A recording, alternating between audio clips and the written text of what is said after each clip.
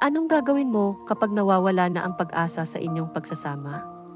Alamin natin ang tamang hakbang kung kailan ang oras na magparaya.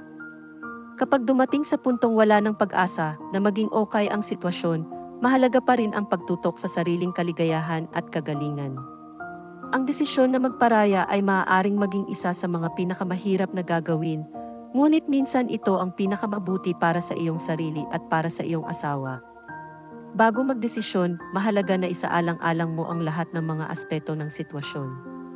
Tanungin mo ang iyong sarili kung inaasahan mo pa ba na magbabago ang sitwasyon, kung may mga hakbang na pwede pang gawin upang mapabuti ang relasyon at kung paano ito makakaapekto sa iyo at sa iyong asawa. Kung sa tingin mo na ang pinakamabuti ay magparaya, ito ay isang desisyon na dapat mong gawin sa may pagmamahal sa iyong sarili at sa iyong asawa. Ito ay hindi madaling proseso, ngunit ito ay maaaring maging pagkakataon para sa iyo upang mag-move forward at maghanap ng bagong simula.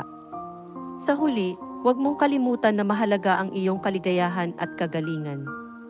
Ang pagpaparaya ay hindi nangangahulugan ng pagiging sawi.